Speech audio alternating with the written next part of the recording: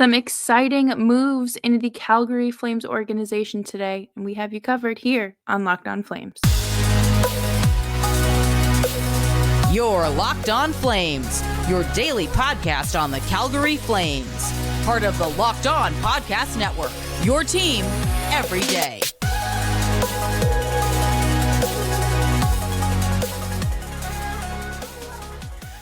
Hello, everyone, and welcome to today's episode of Locked On Flames. As always, I'm your host, Jess Belmosto, and thank you so much for joining me here today.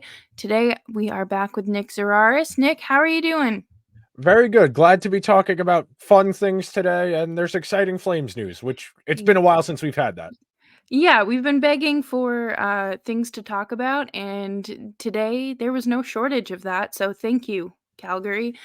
Today's episode is brought to you by FanDuel. Right now, new customers get $150 in bonus bets guaranteed when you place a $5 bet. Visit FanDuel.com/lockedon to get started.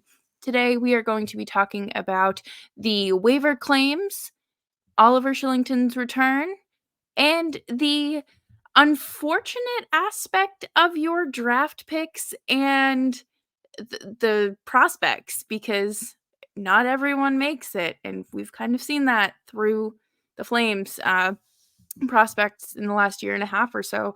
But make sure you're subscribed to Locked On Flames wherever you get your podcasts, and of course on YouTube, as well as we are here for you 5 days a week, your team every day. So yesterday, Wednesday, Adam Ruzicka and Nick Desimone were placed on waivers, and I didn't think Ruzicka was going to clear. Nick Desimone, I was kind of maybe. I agree with that assessment. Guys just need bodies. Like defensemen, there is always going to be a need, just because even good teams will carry, they'll have a seventh defenseman on their roster, but their first guy in the AHL, good teams at least, they'll generally feel pretty good about calling them up. Ruzicka, I thought, was 100% getting claimed, being that he's, he's only 24. He's huge. He's 6'4", 215. He's never really gotten a ton of burn at any point in his NHL career. I mean, he averages for his career 1044 per game. So, and that's 4 years in his career. So you hope that this is an opportunity that, for the player as a person, both these guys will get some run. Desimone will get some run with the Devils because they are really, really injured and they need bodies to play defense. And Ruzicka is going to Arizona, which has been a fun, exciting team first half of the season. Maybe he gets a little more opportunity, and maybe he gets to, get a little bit closer to, I don't want to say a top 6 player, but, a stable, consistent NHL player, a regular in the NHL. Definitely. And I think, on the bright side here, for personal aspect, number one, Nick Desimone is from New York, so he will be back closer to home and on the East Coast. And I'm going to assume that moving out of a frozen tundra into somewhere warm like Arizona does wonders for someone. So best of luck to both of them. I'm really bummed that Ruzicka didn't work out and flourish here because of the flashes that we did see. I really thought something was going to pan out, and he was going to be like a Mangiapane, but didn't happen. It's hard for somebody at that size to really carve out a spot for themselves in the top 6, because generally speaking, those guys aren't fast enough to play with the other guys who are going to be at the top end of your lineup. And I saw glimpses of Ruzicka, and we talked about this a lot last season, that we were surprised that Daryl didn't take a liking to him just because he was big. He played with a physical element, and they had, 2 guys on their fourth line, and Lucic and Trevor Lewis, that were effectively providing nothing. And, there's the old joke, I would rather find out if a young hockey player might be bad as opposed to playing somebody who I know is bad. And Daryl just didn't believe in that for whatever reason. So Ruzicka, I think, will end up being a consistent NHL player. I mean, he's already at 114 games over 4 years. That's not great. Ideally, you would want at 24 to be closer to that 200 game threshold, because typically speaking, if you hit 200 games, you stay at the NHL level. If I remember correctly, Nick Desimone is like 28, 29 years old. He's 29, yeah. He's 29, just scored his first NHL goal earlier this season, and I hate saying that, he's kind of past that hopeful stage, but just at that age and whatnot, he can get the job done. He's not going to be a top 4 defenseman consistently or at all, but, I mean, with New Jersey being as banged up as they are, there's room for him for quite some time, I would say. Absolutely. I mean, they just put Dougie Hamilton on long-term injured reserve, which has led a lot of people to believe that they're going to make a move that's going to be expensive because Dougie Hamilton makes so much money. 9. And by putting him on long-term injured reserve, they're not going to be accruing cap space till the deadline. And Dougie Hamilton isn't even close to even beginning to return. So there's a real assumption that the Devils are going to sit on Hamilton on LTIR the rest of the regular season. And if he can play in the playoffs, whatever they add with that $9 million in overages that they have because they put him on LTIR, they will be able to add Dougie Hamilton on top of that whenever the playoffs do start. But circling back around for the Flames, you never want to lose guys on waivers because you're just giving them away for nothing, especially someone like Ruzicka, who, and we talked about this a few weeks ago in regards to just when you get these guys in the 4th, 5th, 6th, 7th round and turn them into NHL players, even if you return them into a 4th round pick, a 5th round pick, recoup your cupboard, that does matter. You have to fill out your organization, and consistently turning guys into NHL players, you get those late round picks, and that's how you fill out the rest of your organization. So this isn't the end of the world, especially in the case of Desimone, as far as not getting value back. But in an ideal world, you would have liked to have gotten something for Ruzicka, because I'm pretty confident that he's an NHL player. He's nothing incredible, but I can see him being a 4th liner on a good team. Yeah, and at the end of the day, like you said, you have to fill out a roster and fill out your organization, and bodies are bodies, uh, especially when, you know, these playoff runs happen. New Jersey is banged up now.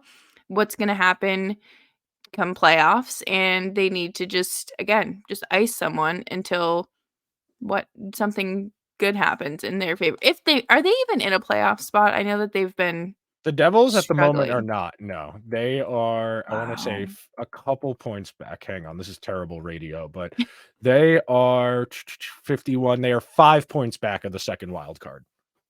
Well, we will have to keep an eye on that. If you're interested, and go listen to Locked On New Jersey Devils with Trey Matthews. But anything else before we take a quick break? You would ideally like this to not give guys away for nothing. But Mhm. generally speaking, the guys who are going to waivers are going there mostly for money reasons, as opposed to, they don't want them anymore. Like, ideally, they would have passed Ruzicka through and he would have went back to the Wranglers and they would have been able to call him up when they needed him again. But this is, in another way, kind of a good thing for the Flames, because it likely means they're going to start auditioning people. Like, I know Peltier's not that far away from a return, Mhm. so he'll be in the mix relatively soon. But that's a lot of what we talked about over the summer and into the early parts of the season, where at least if you give me a bunch of young guys in the lineup who are competing, that gives me something to root for, even if the outcomes of the games themselves aren't going to go the way I want them to. Yeah, and there's really not much hope left, I feel like, in the Flames season, just in terms of playoff hopes and kind of clinging to that. So getting to see guys like Coronado, Pospisil, Zari, and Pelletier in the lineup, it's gonna do great. It's gonna give us something else to look forward to. But coming up next, we are going to talk about a very exciting return to Calgary, and that would be Oliver Kylington making his return after 20 months away. But before we do that, we are going to take a quick break, and I'm going to talk to you about FanDuel. The NFL regular season is over, but there is still time to get in on the action with FanDuel, America's #1 sportsbook. Right now, new customers get $150 in bonus bets guaranteed when you place a $5 bet. That is $150 in bonus bets win or lose. The app is super easy to use, and there are so many different ways to bet, like live same game parlays. Find bets in the new Explore tab, make a parlay in the Parlay Hub, the best way to find popular parlays, and more. Any plans on betting this weekend? Oh yeah, I did one of my friends' podcasts yesterday to talk about the football playoffs. We all really like Travis Kelce over 5.5 receptions because pretty consistently the Chiefs find him the ball in the playoffs. Well, you heard it here, folks. Visit fanduel.com/lockedon and make your first bet a layup. FanDuel, official partner of the NFL. Thank you, everyone, for hanging out with us today on Locked On Flames. Make sure you're subscribed wherever you get your podcasts and on YouTube as well. This is a very exciting day, I would say. Oh, for For sure. for anyone that has been around the Flames, I would say, for the past 2 years, or if you watched that playoff run and kind of got attached to the Flames in any way. And plus, just seeing a guy come back after an extended period of time is, you just gotta be happy for him. I will always commend the guys who can't walk away. It would have been Yeah, very easy, to just say, I can't do this anymore. I need to worry about myself as a person first. But always in the background was, no, when I'm ready, I do want to come back. And that type of determination, that type of perseverance, that's a really admirable trait, especially, against the backdrop of sports where, these are all hyper competitive, really difficult people, really people used to adversity. That's one of the defining aspects of sports is the fact that people are able to persevere through difficult situations. But to come back from something like this, to be open and forward about your struggles, to mhm, hopefully help others, to encourage others, and to work your way back. 2 years is a long time in the life of a professional athlete. The average NHL player, they're only in the league 3-4 seasons. The average NHL mhm. player, to take 2 whole years off from playing at the NHL level and still want to come back and play well enough and look well enough in your rehab process, your reacclimation process, whatever one you use to describe it, and still look like you have it, that's really exciting. That's genuinely something you can root for and be excited about on a season where there hasn't been a whole lot of that. Definitely. And for those who may not remember, the 2021-2022 season was Oliver Shillington's first full NHL season, and he played really well with Chris Tanev and was truly an impactful defender. And he was just fun to watch, and especially when he got his mouth going in the penalty box and just smiling and just being, a little ding dong. But it's great to see him back. And it's a great message to people who do struggle with mental health. Like, if a professional athlete can get through it, so can I, sort of Exactly. thing. Exactly. No, that's why we encourage people who are struggling to speak up, to seek help, because guys like that, they have an audience, a platform where them taking the step to say, "Hey, I'm not okay. I need help." That encourages other people who maybe aren't as comfortable and don't understand as well to say, "Hey, I, struggle with this or that." And if this person can ask for help, I can ask for help. And that's really where it comes down to. And on top of that, Kylington was really good 2 years ago, like, genuinely. I went and looked it up. Evolving Wild said his 2021-2022 season, according to their model, worth 15.4 million against the salary cap. He had the 4th highest goals above replacement on the team. Only people ahead of him were Lindholm, Tkachuk, and Gaudreau. Highest of any defenseman, 18-10 per game, 4th most minutes of any defenseman. Solid skater, pretty good mover of the puck, the prototypical modern offensive defenseman, and not a total liability defensively. So traits wise, this is something that I would say the Flames need, especially as a left-handed player, considering, all of the Flames defensemen that are good are right-handed. Yeah.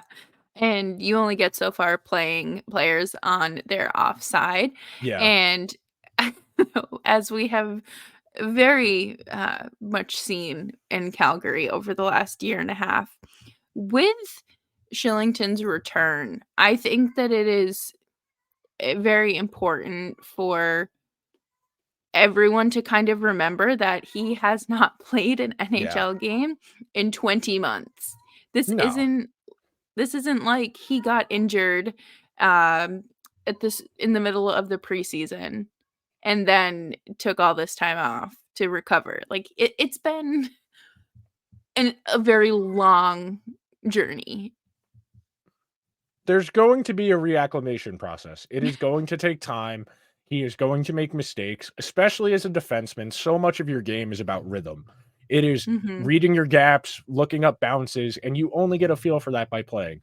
You and I talk about this. I talk about this all the time. You can try and make practice as intense as you want it to be. It is never going to feel the same as a game. And it's why it's important for getting up to speed to be able to play in a game that you practice. But nothing is going to simulate that first time tonight where he has someone skating at him one on one and he has to make contact, play the puck, or force the player into moving the puck. There's no way to simulate that in practice. So there will be bumps, there will be hiccups, there will be mistakes, but in theory, with more time, with more reacclimation and just with more repetitions, he will get a feel for it again and he'll be the player he was. Yeah, and I think one of the coolest parts of this has been how supportive the entire Calgary Flames organization has been. I don't know what a situation would have looked like had it been a different team. And he was ready to go in October and then put the brakes on it. Like I don't know. Would this have been as smooth of a transition and would they have been as, I guess, accepting? Yeah, it's a fair question. We know there are other organizations that haven't handled player. I don't know what word I want to use to describe it. Mental health as well. They haven't handled Mhm. players struggling with stuff. A lot of times guys will talk about, well, I was injured. I wasn't when you're rehabbing, you're not really around the team. You feel really alone, and it's hard to feel like you're part of the team during that time. So Mhm. while he's been back in Sweden, he's been training, practicing with other people, but getting around the team, being with the team, that'll be good. Granted, he's going to have to learn a lot of names and faces, being that the team is very different than Yeah. 2 years ago. It's going to be like Patrick in that episode of SpongeBob saying, "Who are you people?" the first time he walks into the locker room. But it is encouraging that he's back, that he's enthusiastic about being back, and that the Flames have more or less done this entirely the right way about getting him ready to play again when he was ready, not when the team wanted him to be. Yeah, and I appreciate that it was done on his terms, Yeah. and there wasn't, like, a kinda kick in the butt to say, "Okay, well, you had a whole off season. Let's get this thing going." But it it makes me hopeful for, future situations. I hope genuine situations are looked at with this kind of grace and other teams maybe try to copy this because again at the end of the day like these are people with like they're human beings. They're the only thing that's different from probably everyone that's listening and them is that they have an elite set of skills and Yeah. make a lot of money. We all go through the same things. Couldn't say it better myself. The one last thing I will say, it's gonna take time. By the end of the season, you will have a good idea if Chillington is in the Flames' plans for the long term. He's still a young guy, even though he's missed a couple years. There's plenty of opportunity as a hockey player, and you hope everything goes well. Yes, and he is on an expiring contract, I believe, as well. So, of course, we will get to throw him into the conversation of things. But coming up next, we will wrap it up with the conversation of the inevitable. Not everyone's going to make it. But before we do that, we are going to take a quick break here and tell you all about Indeed. If you need to hire, you need Indeed. Indeed is your matching and hiring platform with over 350 million global monthly visitors, according to Indeed data, and a matching engine that helps you find a quality candidate fast. Ditch the busy work. Use Indeed for scheduling, screening, and messaging so you can connect with candidates faster. Leveraging over 140 million qualifications and preferences every day, Indeed's matching engine is constantly learning from your preferences. So the more you use Indeed, the better it gets. And listeners of this show will get a $75 sponsored job credit to get your jobs more visibility at indeed.com/locked on. Just go to indeed.com/locked on right now and support our show by saying you heard about Indeed on this podcast. Indeed.com/locked on. Terms and conditions apply. Need to hire? You need Indeed. Thanks everyone for tuning into today's episode. Thanks, just as always, for hanging out and making us part of your day. You're going to rattle off some stat about players drafted versus making the NHL. The vast majority of guys don't make it. Even first round picks, the hit rate's only like 60% that they play 200 games. The vast majority of people who get drafted don't play more than 200 games in the NHL, and that's kind of the benchmark in the statistics community to say this was an NHL regular. Granted, 200 games over 15 years, you're not an NHL regular, but for the most part, that's our general baseline. 200 games is the number we're looking for. And when you are a team like the Flames that is risk averse, that is trying to be competitive, you aren't going to be able to find spots for guys like Ruzicka, for a guy like Desimone, for a guy like Dennis Gilbert or Michael Stone, those fringe guys who are not great NHL regulars, but effective enough NHL guys that they can be in the bottom half of your lineup. And you'll never really get to know what they could have been because you put them in a very specific role. By and large, this is probably what Adam Ruzicka is, because he's 24 years old, 25 years old now, and he hasn't had a real opportunity to play at the NHL level in a way that's going to foster any additional growth. And that's not to say you can't be an effective NHL player only, recording 10, 15 points a season, but it's a lot harder to stick around when you are not putting up counting stats, because that's your baseline. That's what gets you in the door on July 1st with a lot of these teams is, well, I know I don't play a lot, but I put up 20 points playing 11 minutes a game. I can win faceoffs. I kill penalties. That's how you get yourself in the door. It's really hard as one of those types of guys when you don't have the counting stats, because a lot of people will say, well, he can win faceoffs, but can he do anything else? No. And I don't think you should be signing guys purely off of their ability to win faceoffs, but at the very least, it's something in your toolbox. But it's hard in today's NHL when you don't put up counting stats to hang around for a long time. It's interesting to watch the shift of, I guess, these kind of third and fourth line guys that I guess are just revolving pieces in so many different organizations. Like, you'll go to their hockey reference page and it's just like 6 jersey numbers for different teams. And I hope that, I look at AJ Greer. He was given a shot in Boston. They put him on waivers. The Flames snatched him right up. And he's not one of these pieces that you're going to send millions and millions of dollars, but he does something. Again, he's effective. He's a body. Yeah. You didn't have to spend anything to get him, really. And we're seeing a transition in the types of skill sets prioritized in those roles. Historically, I think about the Steve Downeys of the world, the Tanner Glasses of the world, the Lee Stempniaks, the guys who they bounced around a bunch of different teams. They never really put up a ton of stats. They occasionally got into a fight. They're a little bit on the bigger side. They're not that fast. Those types of guys are getting gradually phased out because the average skate speed is going up every year. To stay in the league, you have to be able to skate at a certain speed.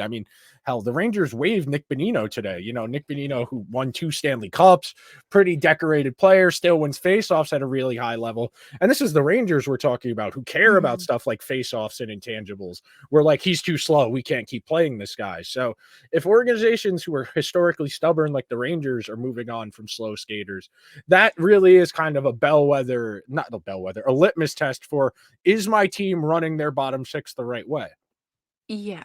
And I think of last year and the year before when Trevor Lewis and Milan Lucic were on the wings of that fourth line. And they were just out there doing cardio, if they were even moving fast enough to call it cardio. And I mean, Trevor Lewis is in LA still and Lucic is out, but like, I feel like the Flames' fourth line is a little bit more well-rounded this season, and they're young and they can move. There's upside.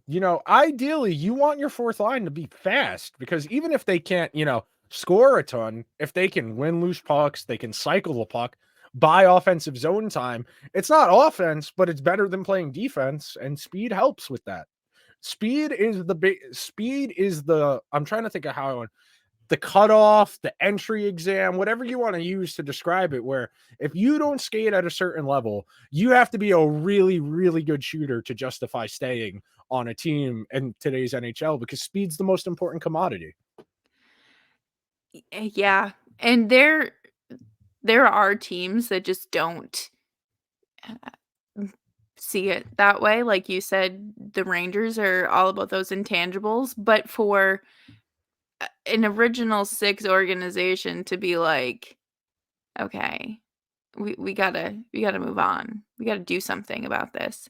Like you said, it sets the bar and like kind of opens everyone's eyes because there are teams that are just very well ahead of the curve, and then there's ones that just like to stay true to tradition. And the reason they do that, and we can end on this note, is historically you put these types of slower, big bodied guys in your bottom six because they'd be able to slow the game down and turn it into a slog. And in doing that, even if they weren't generating offense, there wouldn't be a lot of risk of offense happening against you. They would ideally play to a stalemate in your bottom six because they were bigger and slower, and your top six would score or your power play would score, and that would be enough.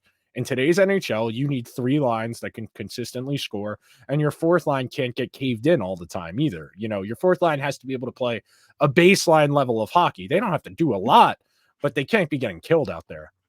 Right. If you can go out there and do 7 to 11 minutes a night effectively, then you're good.